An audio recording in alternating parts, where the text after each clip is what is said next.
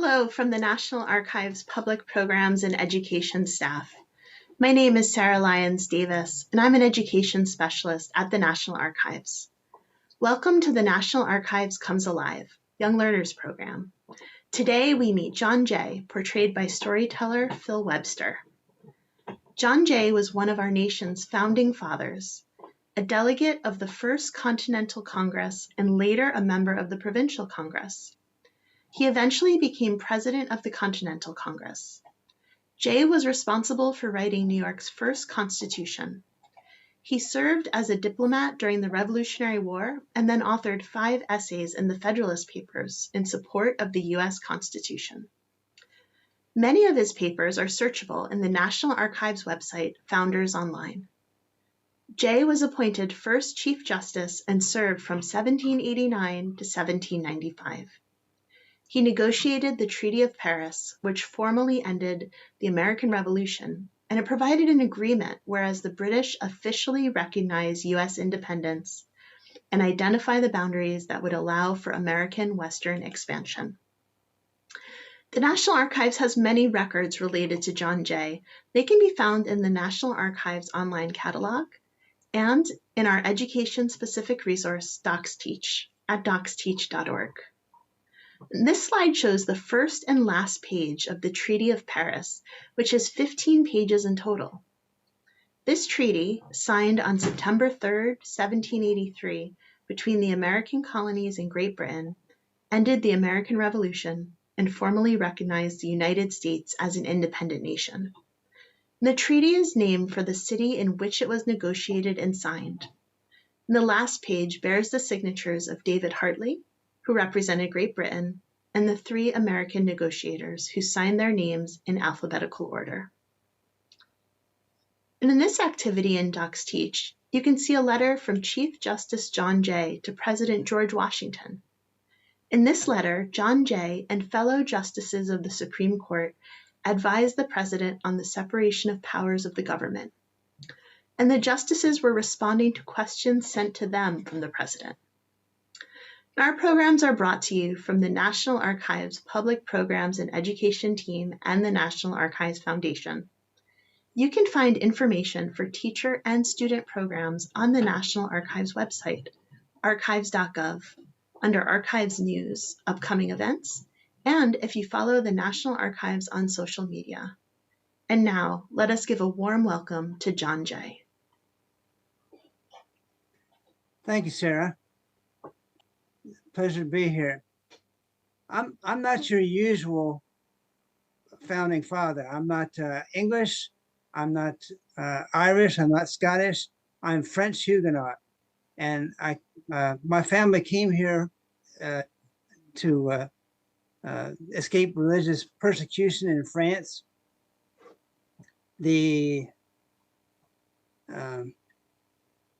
My grandfather Auguste Jay had came on a ship across from Rochelle, France, to eventually wound up in New Rochelle, France, New York. And my father was Peter, and my mother Mary Van Cortlandt Jay, and they lived in New York, and that's where I was born in December 12th, 1745. My parents moved away from there because I had a brother and a sister that were both blinded by the smallpox. And so my parents they lived on Pearl Street, and with all that traffic with horses and carts and whatnot, people, they moved out to the country to Rye, New York.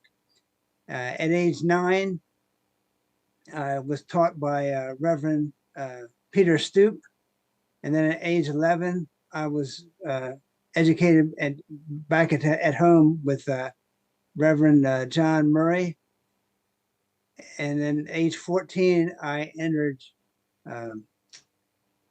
King's College in New York City, and that's age 14, and that was 1760.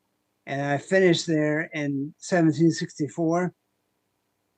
I started a law clerk under Benjamin Kissam, and 64 to 68, and then 68 to 70, worked in a partnership with Robert Livingston Jr.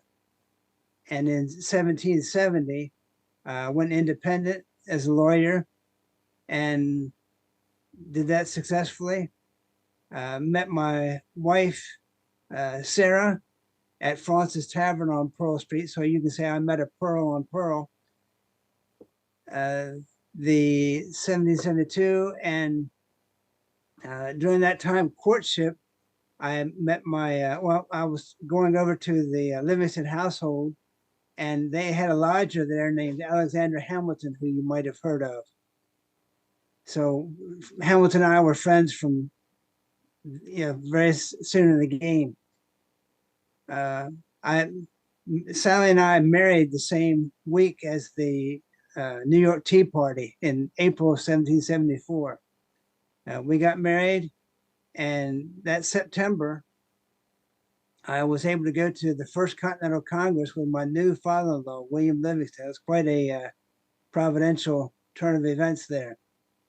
In 1774, I was asked by Congress to write, in 1775 also, asked to write on behalf of Congress for to the people of Great Britain, to Ireland, and to Canada, and also wrote a draft for the olive branch proposal. The final draft was done by John Dickinson. I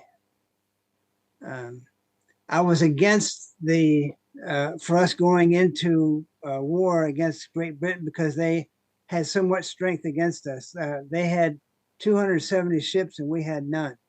So you can see the great power that the British Empire had. So I was cautioning against it, but the events of 1775 with Lexington and Concord, they impacted my thoughts, as well as what was going on in New York City. 1776, Sally gave birth to our first child, Peter. So we have a son born with the birth of the nation. He was born January 24th, 1776. During that time period, I also, as Colonel John Jay of the New York Militia, I recommended Hamilton to a position in the New York artillery. I'm sorry. During June of that year, I was things were going on in New York, like with the royal governor William Tryon and the mayor of New York David Matthews were in a plot to kidnap and kill George Washington. So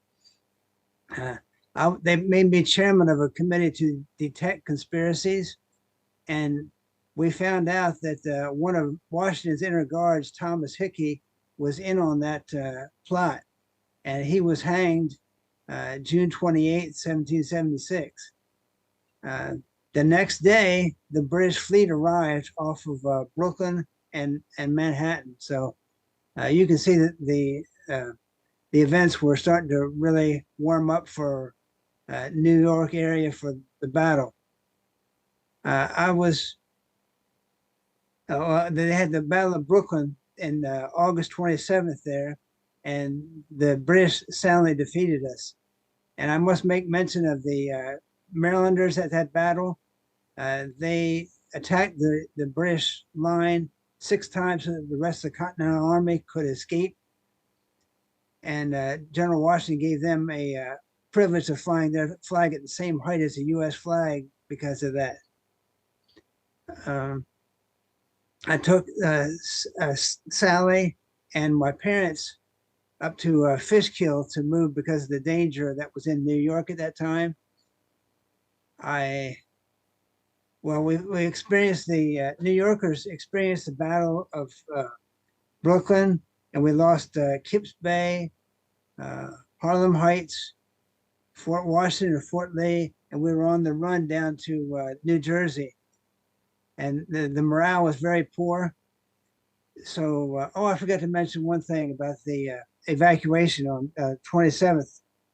The We were beaten 27th. There was a northeastern storm that came like a hurricane for 2 days, and the British could have wiped us up during that time period, but they didn't. But on the 29th of that night and the morning of the 30th, Washington evacuated the troops from Brooklyn to go into Manhattan, and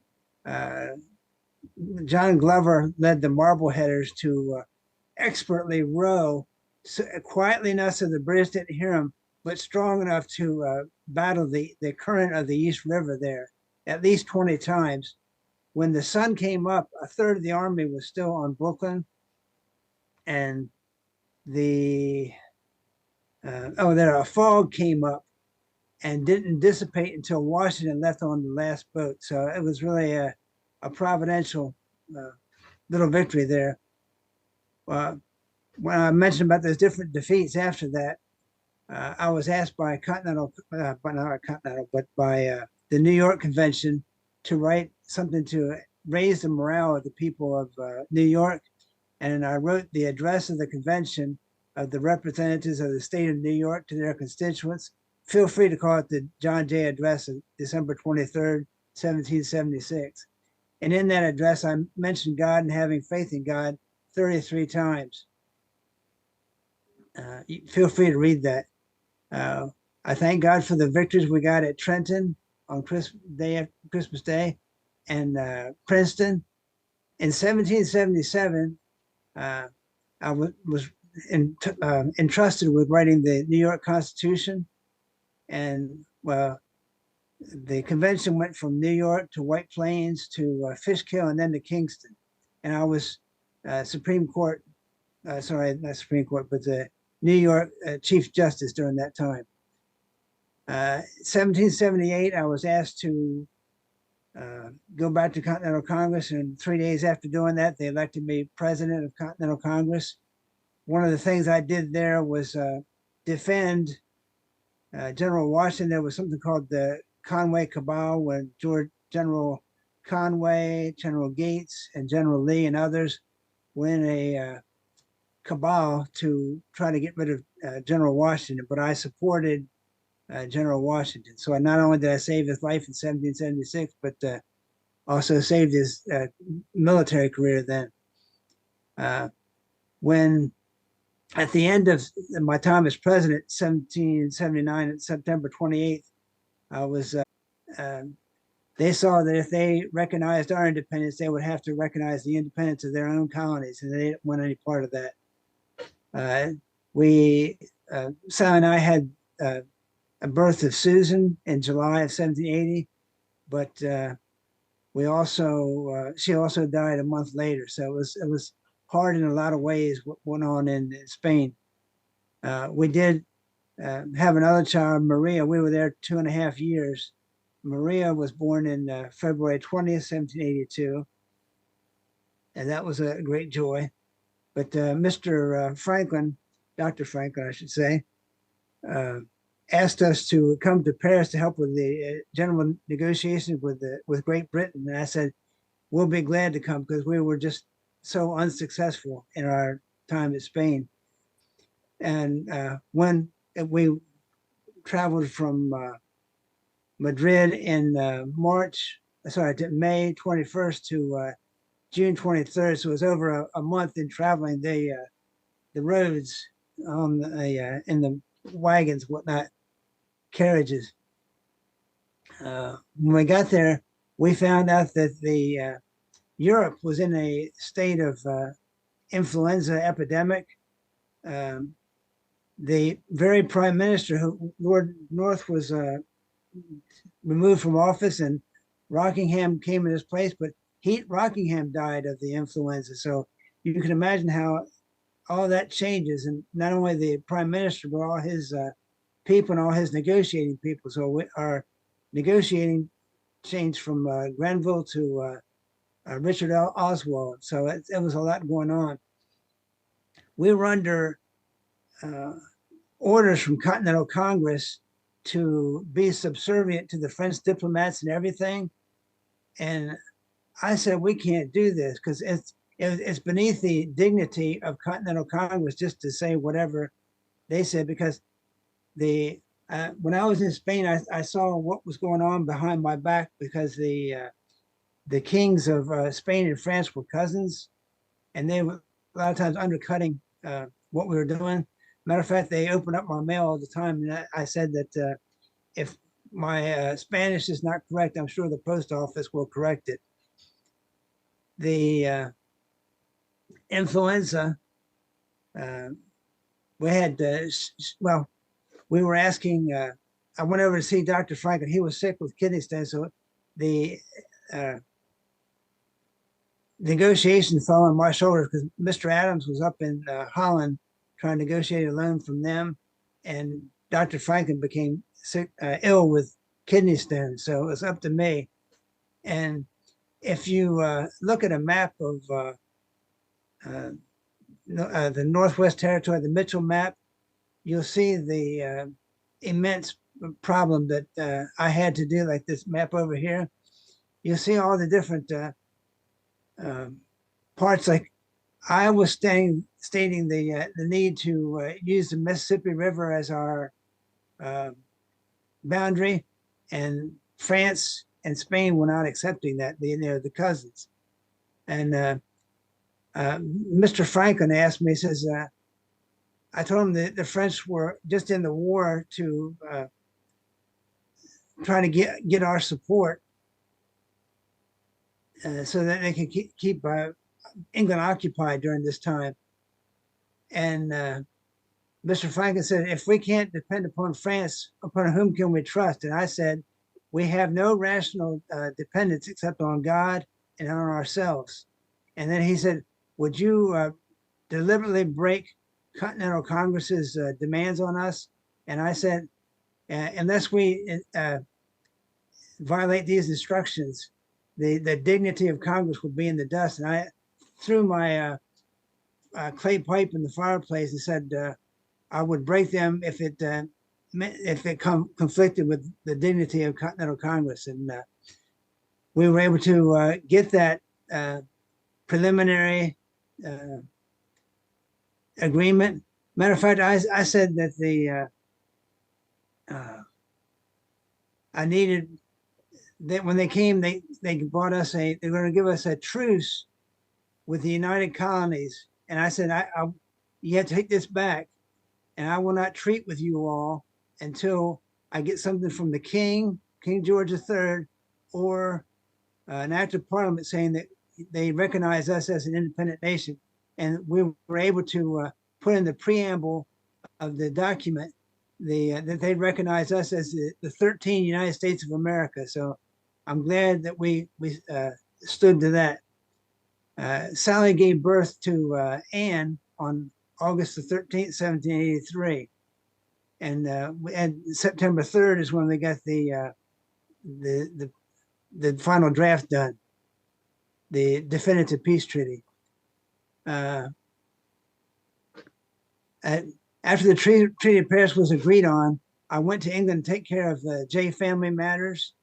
And one something that was remarkable is that John Quincy Adams, and I were able to go to the House of Lords in the gallery and listen to Parliament. And it just was amazing that we were able to do that. I got back, we got back in New York in July of 1784. And when I got back, I was notified of my election as Secretary of Foreign Affairs. And I did that from 1784 to 1789. And the previous Secretary of Foreign Affairs was Robert Livingston Jr. And he and I were best friends. We were law partners. He was a second cousin to Sally, godfather of my children. But because of my disregard of Continental Congress's rules about being subservient to the French, it cost us our friendship. He was very upset with me, and from that point on, opposed me in many matters. We had to change our godfather to Egbert Benson. I worked for that Secretary of Foreign Affairs for 1784 to 89. And just imagine the enormity of starting relationships with all the different nations in the world, starting from scratch. We had an office for beginning at the upstairs of Francis Tavern, and we had to prepare about 300 different reports on different nations and different issues regarding the new nation. So we had our hands full with that. During that time, 86, 87, Mr. Madison, Mr. Hamilton, and I were instrumental in getting Mr. Washington to go to Continental Congress. There was a Annapolis Convention in 86, which only had about 5 states represented, and we wanted to get a national one, and we were able to do that. Continental Congress convened, and we're able to pass that on September 17th, 1787. But we had to go through a ratification process through the states. And in a lot of states, it went well, but toward the end, especially in New York, the anti-Federalists were 46 and we were only 19. So we had a job to do. Hamilton and I had a strategy of debating every point of the Constitution so that the people could see what the whole picture was about. I also had a strategy. My wife and I brought people over to dinner and talked to them about the different points. So that was a key point about being friends and trying to win people over that way. I guess to go back to what Sally and Maria did at the Treaty of Paris. I think they really livened the pot. Maria was the entertainment for both Franklin and Adams and myself, as well as the British delegation. So they helped us to, as Mr. Adams said, we worked together in perfect good humor. That was a very good point. After I gave an address to the New York Convention Congress about the ratification, and after that we had a vote and we won 30 to 27. It was a close vote, but we came down from the 49 to 19. We narrowed the gap. We're able to start a new government, and George Washington was president on April 30th, 1789. Put his hand on the Bible, so help me God, and went in Federal Hall and talked about thanking God 3 times. Then they went to St. Paul's Chapel and had a service to dedicate this new government to God. And then William was born June 16th, 1789. So I've got one son for the Declaration of Independence and one son for the new government under the Constitution. After Mr. Jefferson got back to the country in March of 1790, I was Secretary of State, but after that I was able to do Chief Justice and did I didn't say we had to go to circuits, and I had to turn down people like Governor Hancock. They offered hospitality. I didn't want to show partiality, so I had to stay at taverns. And let me tell you, I hate fleas. So that's what I was saying, the things that we had in taverns. As I accepted as we were on that circuit, I accepted the New England tradition of starting sessions with prayer. And as a matter of fact, with the first Supreme Court session was a 4-hour communion service. That was, we wanted to get things right. We had a heavy responsibility that we will stand before God for the decisions we make.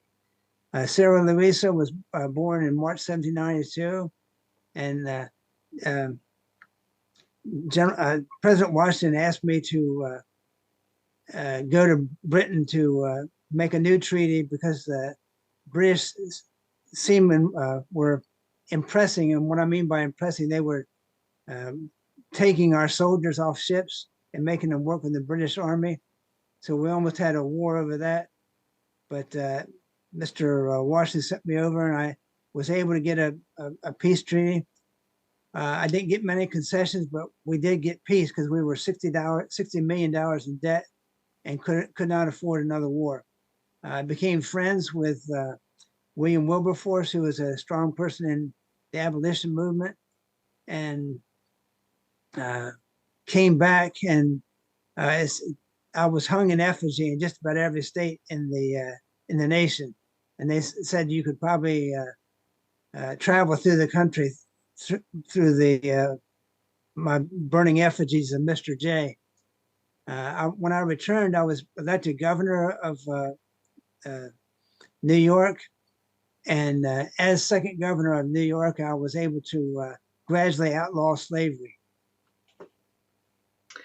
Thank you so much, John Jay. That was really interesting. I learned so much from that, as I'm sure did everyone else joining us.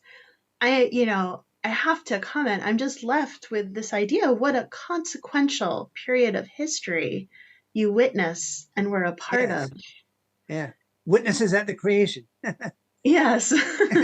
So we have a few questions for you about that, that Okay. I hope you'll share with us. So when you were talking about the Continental Congress and the treaty, so why did John Jay disregard the instructions from the Continental Congress to be subservient to the French delegation in negotiating the peace treaty with Great Britain?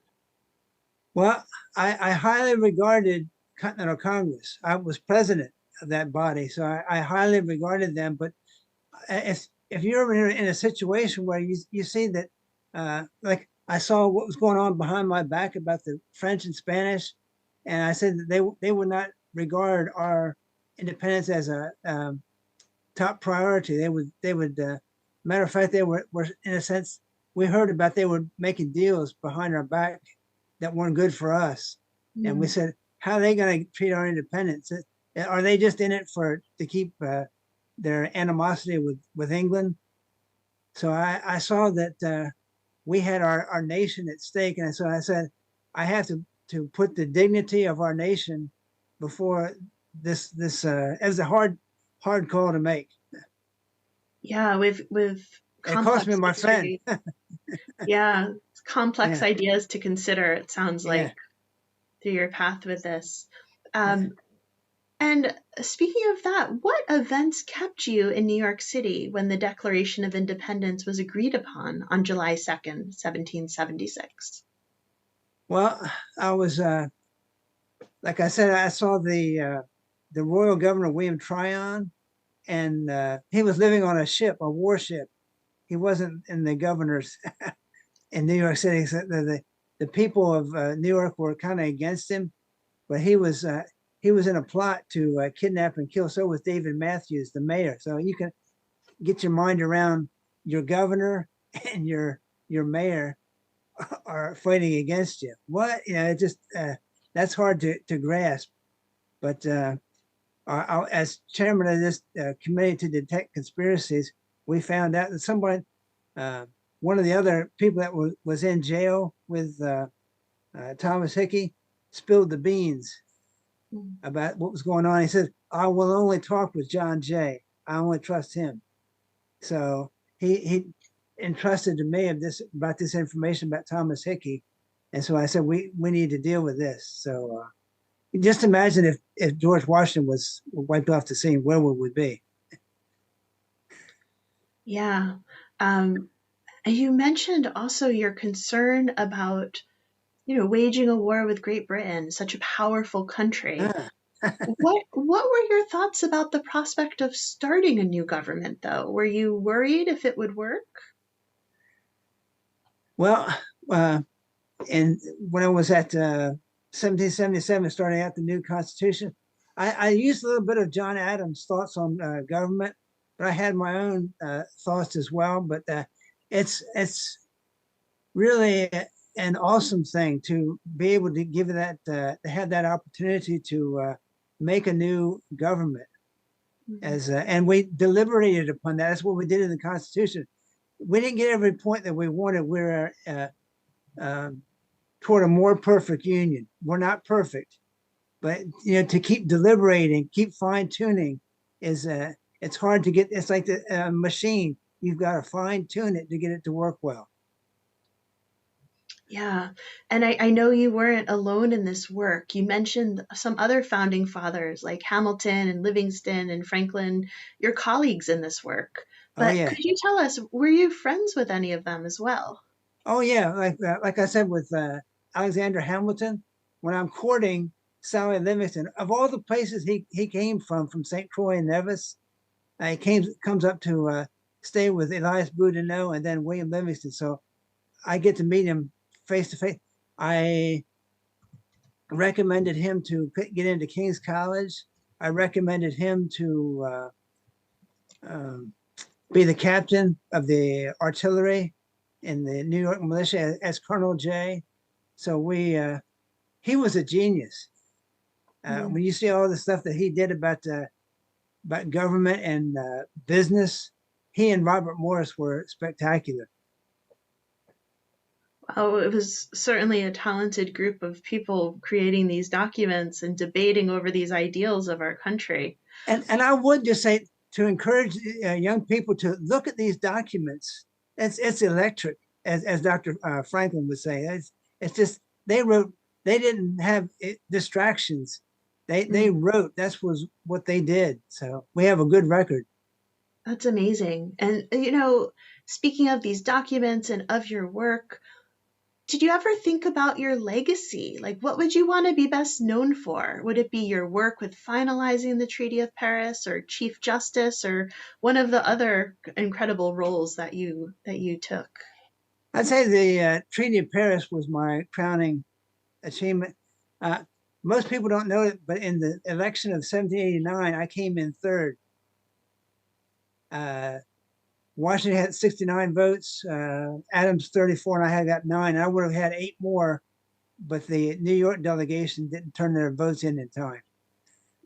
But anyway, when I did that J treaty, that second treaty, that pretty much killed my political career. Mm. Well, thank you. I'm going to ask you our final question for the day. I've so appreciated the time you've given to us. Well, thank you. And what advice do you, as John Jay, have for young people today? I've got some things here, but have patience and love those who have physical and mental challenges. If you heard, I said that my brother Peter and my sister Anna were blind, and had a brother Auguste that had mental challenges, and I had two of my two of my siblings died before I was born, but one died after when I was 6 years old. So I saw the shortness of life with that. So love those people, and I would also encourage love people of other colors, and that's not totally natural. We all love our own color, but I ask God that's to love other people, and that's our Creator. Love the Bible and live by it. Uh, be mindful of your job, that the long-term welfare of the country comes before your political career. Forgive people that have wronged you and others. Uh, don't be influenced by the promise of utopia. Here's one of the sayings I had was audi ultra partem, hear the other side. And as Mm. a judge, I always had to do that. It's one thing to hear the initial claim, but you got to sit there and listen to the other claim, and weigh the evidence. Another thing is Deo duce perseverandum. With God leading, we persevere.